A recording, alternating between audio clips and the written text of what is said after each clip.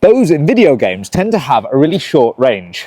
A bow is a projectile weapon. It takes a pointy stick and it uses it to stab something that's a long way off. And the easiest way to model that is to have your projectiles travel in a dead straight line.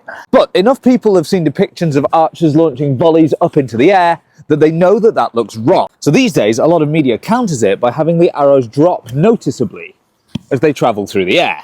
But because a lot of game combat takes place in relatively small arenas, to make the drop noticeable, you're actually shortening the range of the bow. For instance, the maximum range of a longbow in Baldur's Gate 3 is 18 meters. But in real life, I don't even have to factor in drop at that distance. In fact, even at 30 meters, I'm not actually aiming that much higher than the target.